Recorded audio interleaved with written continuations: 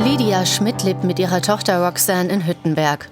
Die 22-Jährige ist schwerbehindert, benötigt rund um die Uhr Versorgung. Dazu gehört auch ein tägliches Bad. Seit Monaten jedoch haben die beiden kein Warmwasser mehr.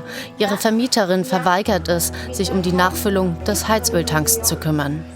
Am 5. Mai, ich habe gebadet meine Tochter abends.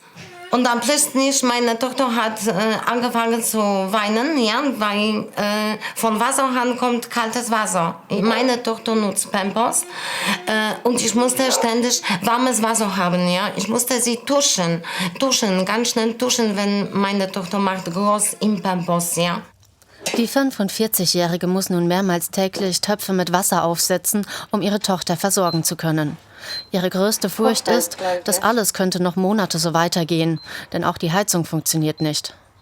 Winter natürlich ist das so, brauche ich auch Heizung, weil dann, wenn sie kommt, meine Tochter von der Dusche, von dem Bad ins Zimmer, muss warm sein.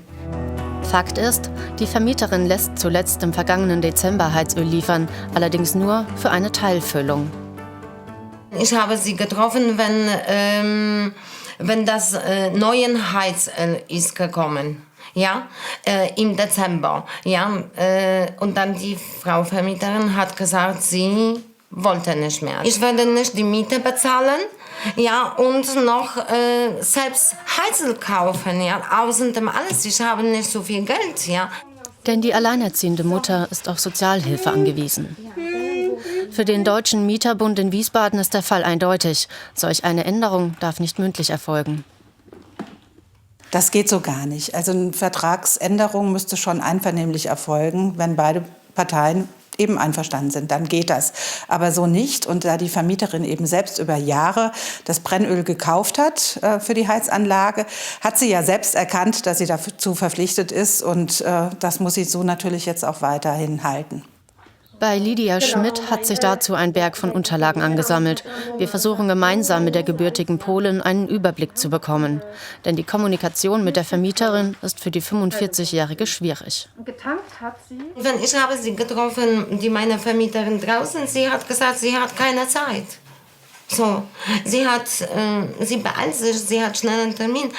Und ja, ist Problematik, ja. Das ist eine Problematik, zu sprechen mit dem Vermieter. Beide Seiten haben bereits Anwälte eingeschaltet.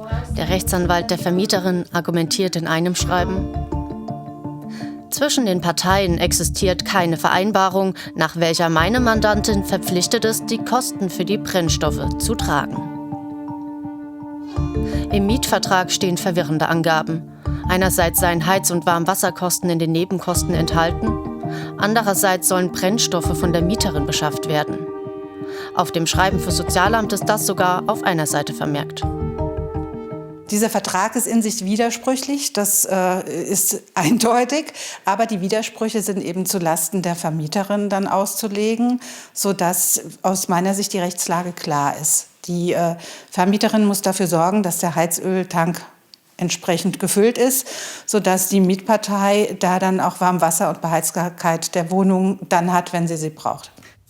Der Rechtsanwalt der Vermieterin schreibt weiter, er hält es für sinnvoller, seitens des Mieterbundes auf die Behörde, also das Sozialamt, einzuwirken, damit diese endlich die Mittel für die vertraglich vereinbarte Brennstoffbeschaffung zur Verfügung stellt.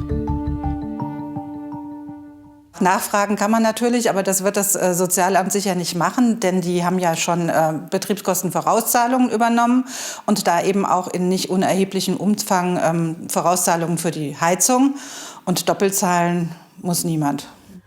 Lydia Schmidt hat für dieses Jahr bereits über 1.000 € für die Heizkosten vorausgezahlt.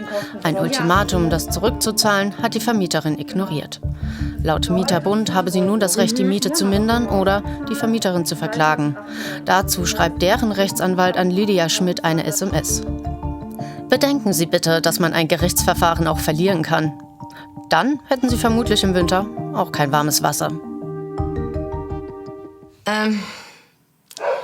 Ich habe viel Stress erlebt, ja. Viel Stress. Jetzt die 4 Monate lang, ja. Auch meine Tochter hat reagiert mit Veränderung,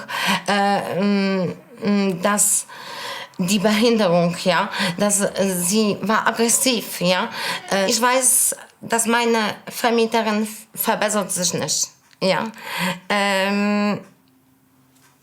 Und für meine Vermieterin, ich denke, das ist egal, dass wir haben keine warmes Wasser gehabt, ja.